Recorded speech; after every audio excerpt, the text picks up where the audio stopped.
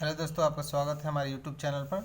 तो चलिए, आज का हमारा जो चैप्टर है वो है जैन धर्म, और बहुत अच्छी तरह से आपको पढ़ाऊंगा। इससे पहले यदि आप हमारे चैनल पर नए हैं तो चैनल को सब्सक्राइब कर लीजिए। वीडियो अच्छा लगे तो वीडियो को लाइक कीजिए, शेयर कीजिए और कमेंट कीजिए, जो मन है वो कीजिए।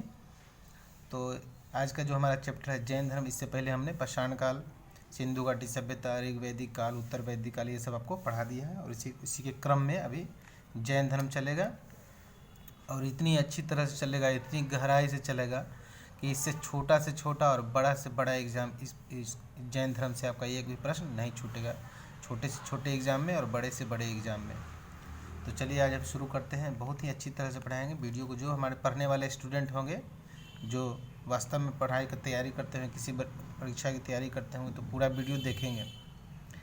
और अगर वो उनको जो है एलईडी बोर्ड का चमक वो नहीं मिलेगा, उस तरह का जो स्टूडेंट होंगे 2-4 मिनट देख के निकल जाएंगे।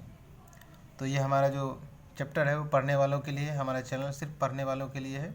यहाँ कॉपी और कलम दिखेगा, इंसान का चेहरा नहीं दिखेगा। यहाँ से पढ़ाई और बिल्कुल कम समय में मिलेगा, क्योंकि यही चीज़ हम अगर बोर्ड पर बैठ खड़ा होकर पढ़ाएंगे तो आपको लिखने में जितना समय लगेगा उसमें आपको वीडियो लंबा होगा, टाइम वेस्ट होगा, 2-4 बातें भी हो जाएगी।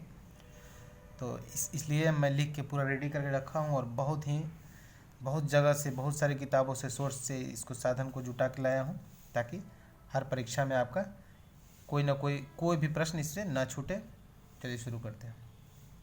सबसे पहले जानते हैं कि जैन धर्म आया कैसे, जैन धर्म का विकास कैसे हुआ, जैन धर्म का उद्भव कैसे हुआ, क्यों हो गया जैन धर्म, कहाँ से आया।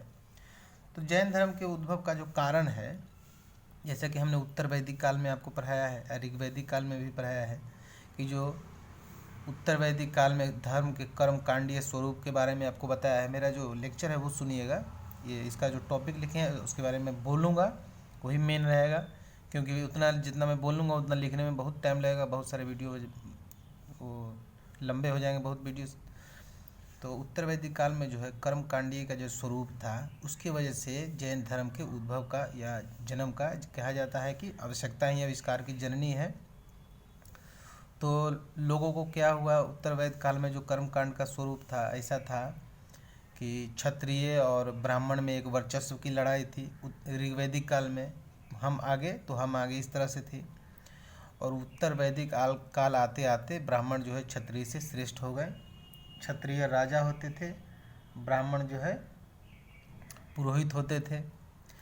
यज्ञ, बड़े बड़े यज्ञ का आयोजन होता था, उसमें ब्राह्मणों को ऊंचा दर्जा दिया जाता था। और क्षत्रिय जो है, और वैश्य की स्थिति ये थी कि वैश्य जो है द्विज में शामिल थे। आपको मालूम है कि जो हम पढ़ाए थे उत्तर वैदिक काल में, कि द्विज में जो वैश्य शामिल थे, वो द्विज में शामिल होने की वजह से जो है शूद्रों को परेशानी थी। जो टैक्स जो कर जो था वो सिर्फ वैश्य देते थे। तो वैश्य की स्थिति जो है ब्राह्मणों और क्षत्रियों से नीचे थी। शूद्र का जो काम था वो क्या था, सभी जो लोगों जो तीनों अन्य वर्ण जो है उसकी सेवा करना। वैश्य का काम था अन्य वर्णों की सेवा करना। शूद्र का काम था सबको टैक्स देना, दोनों को, क्षत्रिय और ब्राह्मण को। क्षत्रिय सोचते थे कि सब कुछ मेरा, राजा मैं, ताकत मेरा, और ये ब्राह्मण कैसे बड़े हो गए हमसे। तो इस तरह से ब्राह्मण को छोड़कर अतिरिक्त जो 3 वर्ण बचे उनमें बहुत सी रोष था, बहुत ही उनको दिक्कत थी इस बात का।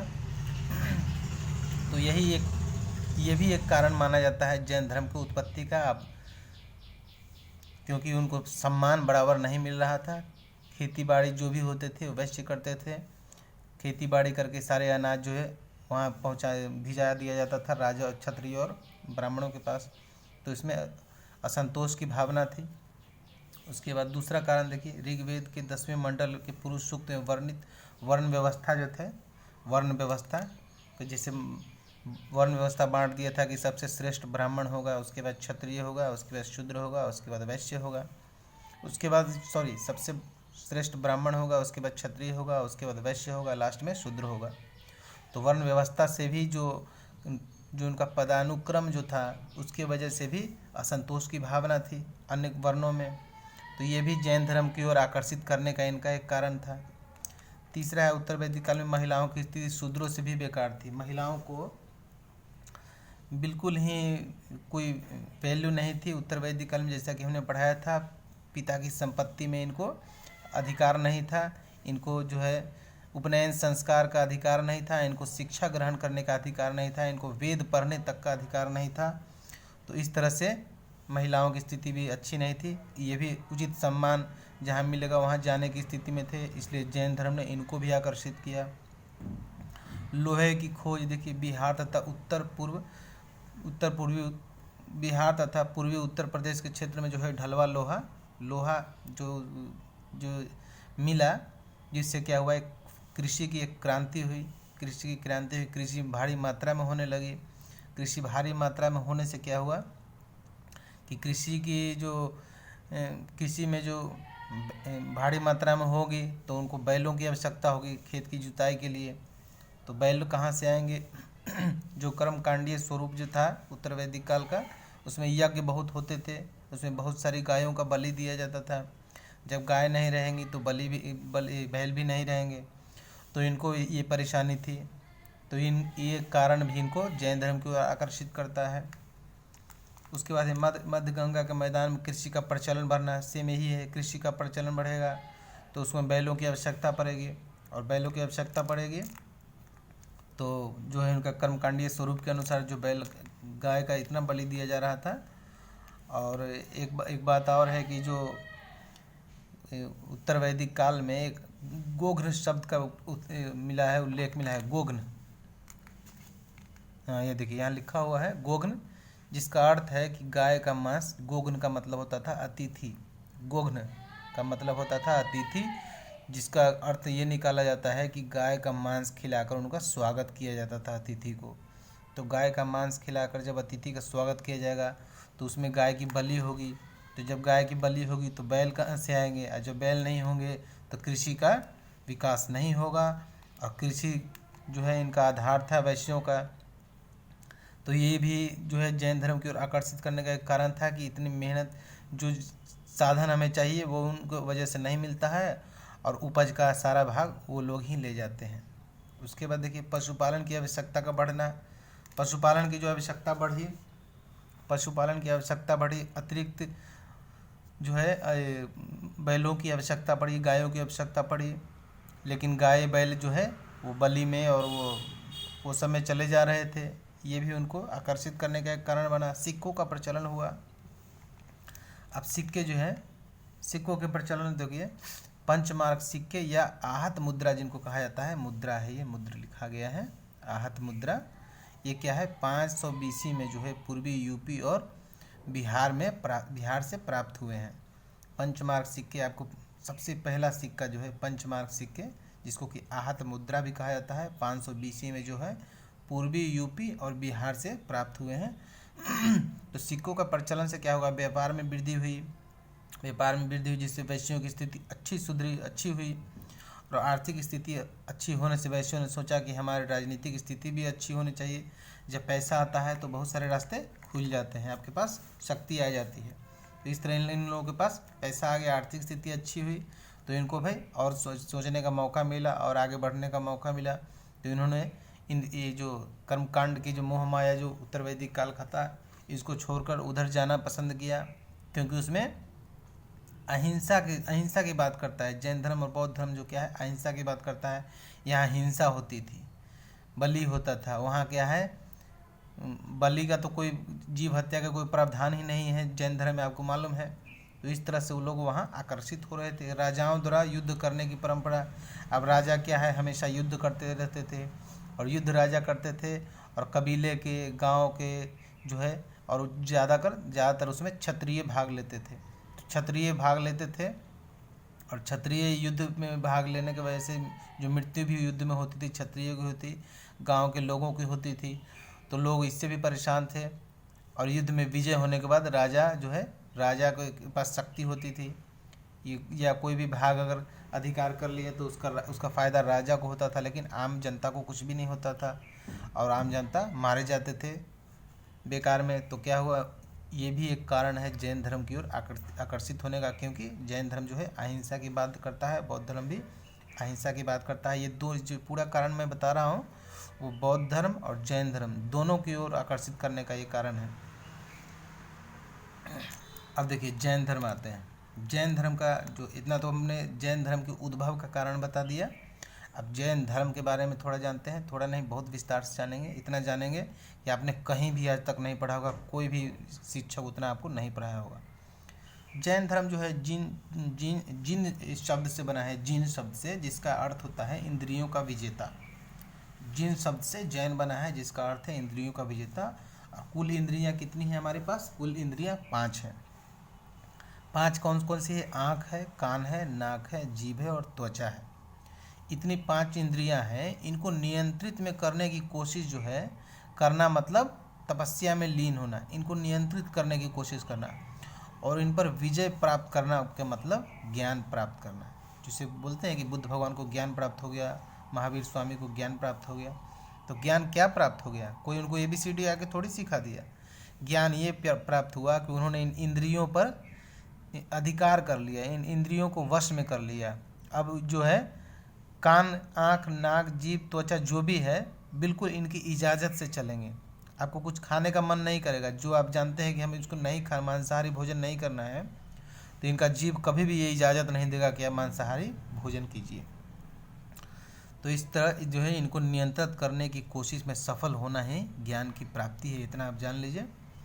जो एक देख लीजिए, निर्ग्रंथ जो है, निर्ग्रंथ जैन धर्म में शब्दावली में यूज किया जाता है। निर्ग्रंथ में उसका अर्थ होता है महात्मा या बंधन रहित। निर्ग्रंथ का अर्थ होता है महात्मा या बंधन रहित। तीर्थंकर का अर्थ होता है अधिष्ठाता, आचार्य, गुरु या नेता। मतलब तीर्थंकर मतलब लीड करने वाला, सबसे आगे। जैसे गांव में मुखिया है, मुखिया के चुनाव में कैसे मुखिया सबका लीड करने वाला नेता होता है गांव का। गांव में कोई भी चीज़ आएगा तो मुखिया के पास पहले आएगा, यानी कि लीडर गांव का वही है। उसी तरह तीर्थंकर होते हैं जैन धर्म में। जैसे महावीर स्वामी जो है, और जो कितने 24 तीर्थंकर हुए हैं, उन सब के बारे में भी आपको बताया जाएगा। कुछ भी छूटने वाला नहीं है।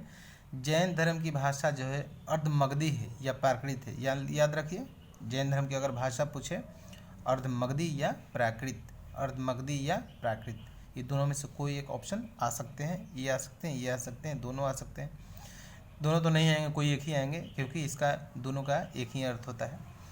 जैन धर्म आत्मा में विश्वास करता है। ये भी पूछ सकता है कि जैन धर्म किस किस चीज़ में विश्वास करता है। तो जैन धर्म क्या है? आत्मा में विश्वास रखता है और ऐसा मानता है कि निर्जीवों में भी आत्मा होती है। निर्जीवों में भी आत्मा होती है, ऐसा जैन धर्म मानता है। जैन धर्म जो है ईश्वर में विश्वास नहीं रखता। वो तो जैन धर्म खुद ही एक धर्म है, तो वो ईश्वर में कैसे विश्वास करे? वो तो खुद ही ईश्वर है। तो इतना याद रखिएगा, जैन धर्म भगवान में नहीं मानता है, मतलब अनिश्वरवादी है। हमने यहीं लिख दिया था, देखिए, अनिश्वरवादी है जैन धर्म। तो जैन धर्म जो है गुरु को मानते हैं। गुरु को मानेंगे तभी तो गुरु आगे जो है, जो तीर्थंकर हुए वो उनके क्या हुए? गुरु हुए। तो जाहिर सी बात है कि जैन धर्म गुरु को मानेंगे, प्राकृत भाषा में जिसका अर्थ होता है तीर्थंकर। हम लोग जिसको गुरु बोलते हैं उसको प्राकृत भाषा में, जैसे कोई जो है हिंदू धर्म में भी बहुत सारे गुरु हैं, तो उनको गुरुदेव गुरुदेव बोलता है। लेकिन इनमें गुरु का जो प्राकृत या अर्धमगधी भाषा में उसका अर्थ होता है तीर्थंकर। तो ये लोग क्या बोलते हैं? तीर्थंकर बोलते हैं।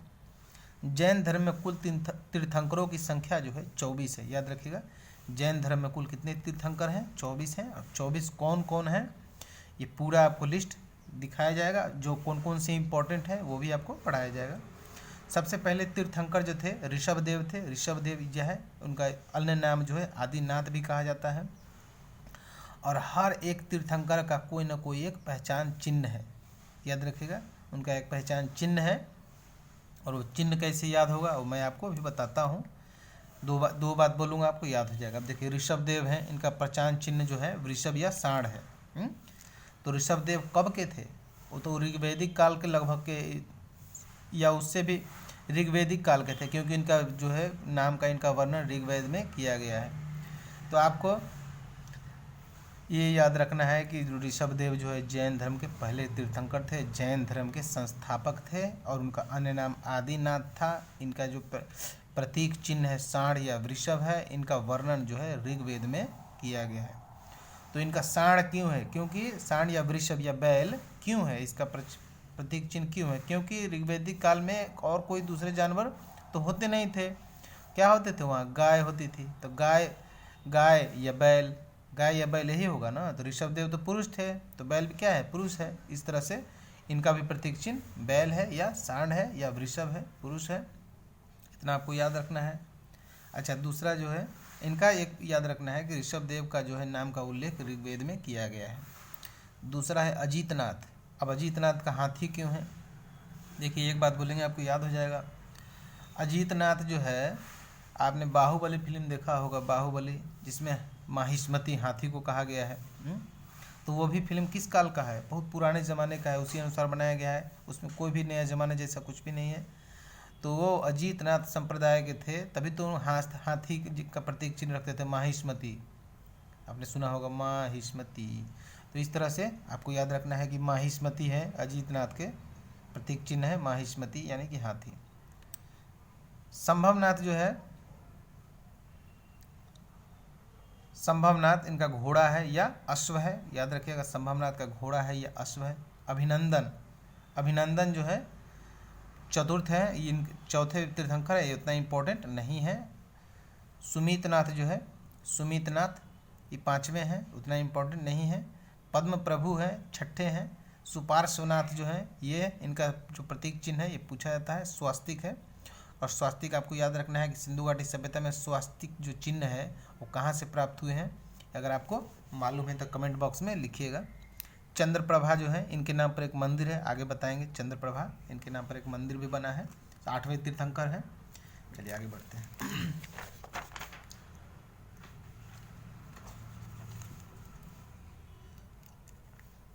उसके बाद जो है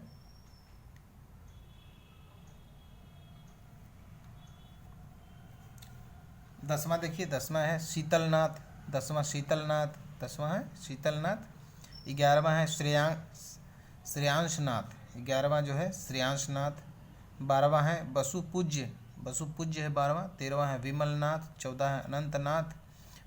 15वां है धर्मनाथ। 16वां है शांतिनाथ। इनका जो प्रतीक चिन्ह है हिरण है, याद रखिएगा। कुंथुनाथ, अरनाथ। 18वां 19वां है मल्लीनाथ। इनका कलश है, कलश प्रतीक चिन्ह है मल्लीनाथ का। और इन पर विवाद है कि ये महिला थी, ये पुरुष थी। जो है इनको जो है, जो दिगंबर संप्रदाय के जो थे वो इनको पुरुष मानते हैं, और जो श्वेतांबर जो है इनको महिला मानते हैं, याद रखिएगा। दिगंबर पुरुष, ऐसे आगे हम बताएंगे इसको, ऐसे थोड़ा बता दिए ताकि आगे बोलेंगे तो आपको जल्दी से याद हो जाएगा। हाँ, मुनि सुब्रतनाथ ये इंपॉर्टेंट नहीं है। ये नामीनाथ जो है, इनका नीलकमल इनका प्रतीक चिन्ह है। नामीनाथ का नीलकमल प्रतीक चिन्ह है। अरिष्ट नेमी इनका शंख है, और इनका जिक्र भी ऋग्वेद में किया गया है, याद रखिएगा। इनका जिक्र भी ऋग्वेद में किया गया है। इनको अन्य नाम नेमीनाथ भी है, अन्य नाम इनका नेमीनाथ है, याद रखिएगा। नामीनाथ नहीं है, नामीनाथ नीलकमल है, और नेमीनाथ का पूछे तो शंख है, क्योंकि अरिष्ट नेमी का अन्य नाम नेमीनाथ है। और पार्श्वनाथ तो आपको मालूम है, सर्प है। पार्श्वनाथ का सर्प है, पार्श्व सर्प। महावीर जो है इनका सिंह, शेर है। महावीर का सिंह शेर है, याद रखिएगा। चलिए आगे बढ़ते हैं। जैन धर्म के संस्थापक जो हैं ऋषभदेव हैं, याद रखिए। जैन धर्म के संस्थापक ऋषभदेव। जैन धर्म के वास्तविक संस्थापक पूछे, वास्तविक, तो यह है महावीर, क्योंकि जैन धर्म बिल्कुल जो है डूबने लगा था। फिर से उनको जैन धर्म को इन्होंने खड़ा किया था। तो पुनः खड़ा करने के कारण, पुनः उसको निर्मित करने के कारण, या पुनः जागृत या पुनर्निर्माण करने के कारण इनको, महावीर को वास्तविक संस्थापक माना जाता है। जैन धर्म के संस्थापक पूछे तो ऋषभदेव, वास्तविक संस्थापक पूछे तो महावीर। इतना याद रखिएगा, छोटे छोटे एग्जामों में ऐसा पूछता है। ऋषभदेव जो है, अब ऋषभदेव के बारे में थोड़ा जान लेते हैं। जैन धर्म के जो संस्थापक थे ऋषभदेव, उनके बारे में जानते हैं। इनका जन्म जो है इक्ष्वाकु भूमि अयोध्या, याद रखिएगा। अयोध्या इनका जन्म हुआ था। इक्ष्वाकु अयोध्या में इनका जन्म हुआ था। मृत्यु जो है कैलाश पर्वत पर हुई। ज्ञान प्राप्ति भी इनको कैलाश पर्वत पर ही हुई। इनके पुत्र जो हैं गोमतेश्वर बाहुबली, जो कि कर्नाटक मैसूर जिला में इनकी जो है 18 फीट की एक ऊंची प्रतिमा बनी हुई है, जिसको कि 12 साल पर महामस्तकाभिषेक कहा किया जाता है, जो आगे हम बताएंगे, आगे चल रहा है प्रोसेस। इनका प्रतीक चिन्ह जो है आपको बता दिए, साढ़, वृषभ, बैल या अंग्रेजी में बुल जिसको बोलेंगे। उसके बाद क्वेश्चन देखिए 19वें तीर्थंकर है, ये जो पहले थे 19वें तीर्थंकर इंपॉर्टेंट जो है उनके बारे में बताते हैं। मल्लीनाथ जो है, श्वेतांबर इनको महिला बोलते हैं, दिगंबर इनको पुरुष बोलते हैं, याद आपको है, अभी बताए थे थोड़ी देर पहले, इन पर विवाद चल रहा है इसलिए इंपॉर्टेंट हो गए। उसके बाद पार्श्वनाथ के बारे में चले, इनसे कुछ ज़्यादा पूछता है पार्श्वनाथ से। 23वें तीर्थंकर हुए, यानी कि महावीर से एक पहले। जन्म इनका काशी में हुआ, काशी यानी कि बनारस। माता का नाम वामा देवी है, पिता जो है अश्वसेन जो है काशी के राजा थे, इनके पुत्र हैं ये पार्श्वनाथ अश्वसेन। पत्नी का नाम प्रभावती था, याद रखिएगा, पत्नी का नाम प्रभावती। और ज्ञान प्राप्ति जो है सम्मेद शिखर जो है झारखंड में है, सम्मेद शिखर ज्ञान प्राप्ति इनको सम्मेद शिखर झारखंड में, कुल जहाँ जिस शिखर पर कुल 20 चोटियाँ हैं और इस शिखर पर जो है कुल 20 तीर्थंकर को ज्ञान प्राप्ति हुई है। सम्मेद शिखर पर कुल जैन धर्म के 20 तीर्थंकरों को सिर्फ ये सम्मेद शिखर पर ज्ञान की प्राप्ति हुई है, तो इतना आपको ये इम्पोर्टेंट हो जाता है, सम्मेद शिखर। और प्रतीक चिन्ह जो है पार्श्वनाथ का क्या है, सर्प है, और महावीर का सिंह है, आपको बताए हैं अभी। चलिए आगे बढ़ते हैं, बिल्कुल नहीं छूटेगा कुछ भी, एक एक करके आपको सारे पढ़ा दूंगा, सिर्फ आप वीडियो को पॉज करके देखते रहिए। यही सेम नोट्स आप चाहें तो बना सकते हैं कॉपी पर लिख के, या फिर आपको वीडियो को 3-4 बार 5 बार देखते रहिए।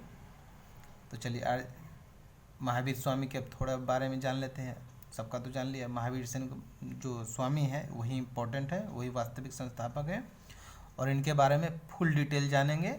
और साथ में थोड़ा कन्फ्यूजन हो जाता है बौद्ध धर्म और जैन धर्म में, तो उसको भी हमने ले लिया है। तो देखिए महावीर स्वामी का जन्म जो है 540 BC में हुआ था, वज्जी संघ की वैशाली में। वज्जी संघ जो है उस समय वज्जी संघ था वैशाली, जिसको कि वज्जी संघ कहा जाता था। वर्तमान जो है उत्तरी बिहार का बसाड़ है, जो है अभी मुजफ्फरपुर में पड़ता है, ये इलाका के निकट कुंड ग्राम में हुआ था। आपको याद रखना है, कुंड ग्राम वैशाली। कौन सा संघ था, वज्जी संघ था। कब हुआ, 540 BC में हुआ। किस कुल के थे, ज्ञात्री कुल के या क्षत्रिय कुल के थे। ये भगवान बुद्ध और महावीर दोनों क्षत्रिय थे। हमने आपको बताया कि ये सब काम जो है अनिश्वरवादी का जो सिद्धांत है ये पूरे क्षत्रिय वैश्य शूद्रों का है, और जो ईश्वरवादी सिद्धांत है वो ब्राह्मणों का ही है, क्योंकि ब्राह्मणों को आज भी ईश्वर का दर्जा प्राप्त है, क्योंकि प्रणाम जो छोटे बड़े कुछ भी रहे, क्या कितना भी उनका काम शूद्रों से भी बेकार क्यों ना हो, आज भी ब्राह्मण अच्छे भी हैं और अच्छे से ज़्यादा बुरे हैं। तो चलिए अब उसके बाद हम देखते हैं गौतम बुद्ध का जो देखिए 563 BC है, ये 540 BC है, ये 563 BC है। कपिल वस्तु के निकट लुम्बिनी ग्राम के आम्र कुंज के क्षत्रिय परिवार में हुआ था इनका जन्म। 563 BC में कपिल वस्तु के निकट लुम्बिनी ग्राम के आम्र कुंज के क्षत्रिय परिवार में इनका जन्म हुआ था 563 BC में। अच्छा, बचपन का नाम इनका सिद्धार्थ था, इनके बचपन का नाम वर्धमान था, याद रखिएगा। महावीर के बचपन का नाम वर्धमान, सिद्धार्थ के बचपन का नाम सिद्धार्थ, गौतम बुद्ध का सिद्धार्थ, ठीक है। ये कहीं कहीं कोई कुछ किताबों में 599 BC भी लिखता है, इनकी जो जन्म का जो समय है 599 BC भी लिखता है, तो ये अपना याद रखिएगा। अगर ये ऑप्शन ना हो परीक्षा में ये हो तो इसको आप मार दीजिएगा।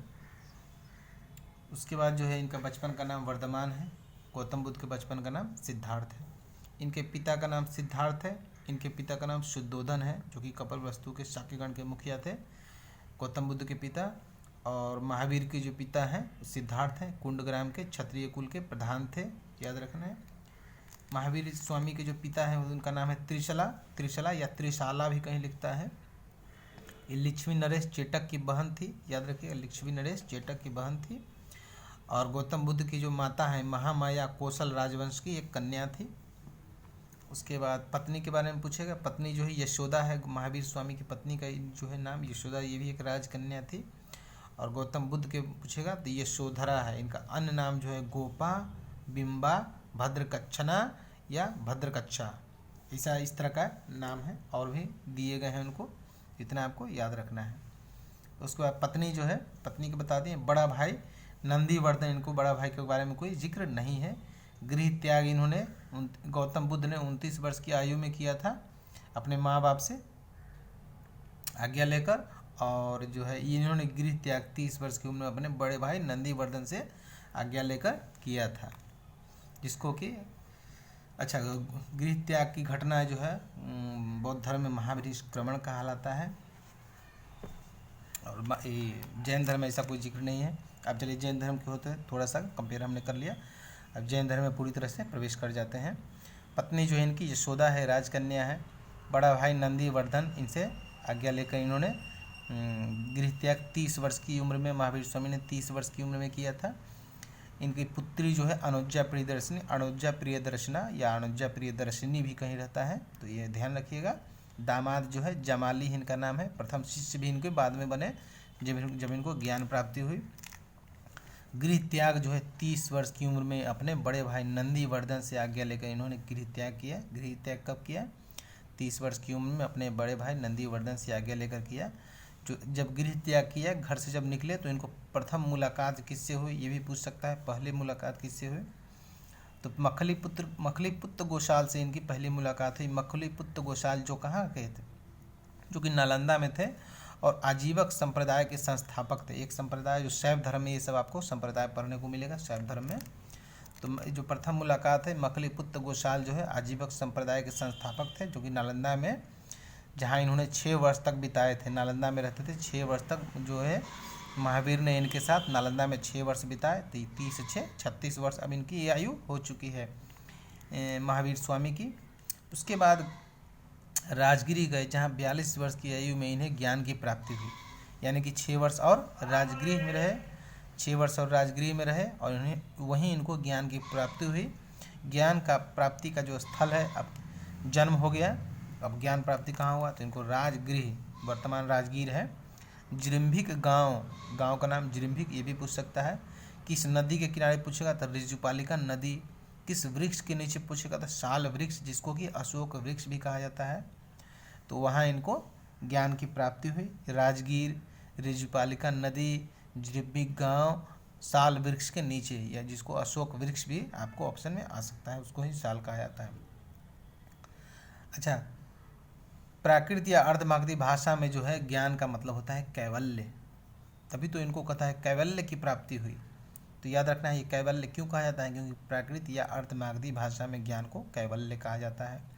ज्ञान प्राप्ति के बाद इनका नाम बदल गया, नया नाम हो गया महावीर, जिसका अर्थ होता है असीमित पराक्रम। असीमित जो है पराक्रम। अरहत का मतलब योग्य व्यक्ति। केवलीन मतलब सर्वोच्च ज्ञान प्राप्त करता, सर्वोच्च ज्ञान प्राप्त करता। इस तरह से इनके नाम बदल गए। ये नाम क्या है, बदले हैं, और उसका क्या अर्थ है, ये सब आपको मेंस कुछ भी लिखिएगा इसका, तो उसमें काम आएगा। और इससे प्रश्न भी आ सकते हैं। बौद्ध ग्रंथों के अनुसार महावीर स्वामी का नाम जो है, अब देखिए महावीर स्वामी का नाम बौद्ध ग्रंथों में भी चर्चित है, और उनका क्या नाम बौद्ध ग्रंथों में क्या नाम है वो देखिए क्या है। निगंठनाथ पुत्र, निगंठनाथ पुत्र इनका बौद्ध ग्रंथों में नाम है, निगंठनाथ पुत्र, जिसका अर्थ होता है निर्ग्रंथ, यानी बंधन रहित, यानी कि सारे बंधन को उन्होंने तोड़ दिया है। अब वो संन्यास के राह पर निकल चुके हैं, जन कल्याण के राह पर निकल चुके हैं। तो इस तरह से आपको नाम याद रखना है। इनका बौद्ध ग्रंथों में नाम निगंठनाथ पुत्र, जिनका अर्थ निर्ग्रंथ या बंधन रहित होता है। आगे बढ़ते हैं। चलिए आगे बढ़ते हैं, एक भी छोड़ना नहीं है। चलिए आगे बढ़ते हैं। अब देखिए, जो ज्ञान प्राप्ति होगी तो अब ये उपदेश देंगे। तो उपदेश देखिए, प्रथम उपदेश कहाँ दिए? तो प्रथम उपदेश वहीं दिए जहाँ इनको ज्ञान की प्राप्ति हुई, राजगृह में हुई। ज्ञान प्राप्ति कहाँ हुई थी? राजगृह में। तो उपदेश कहाँ दिए? राजगृह में। याद रखिएगा। किनको दिए? मेघ कुमार, राजा था एक मेघ कुमार, और साथ में इनके जो दामाद थे जमाली, वो भी बैठे हुए थे।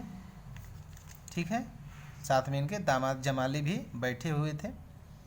उसका क्लीन नहीं आता है।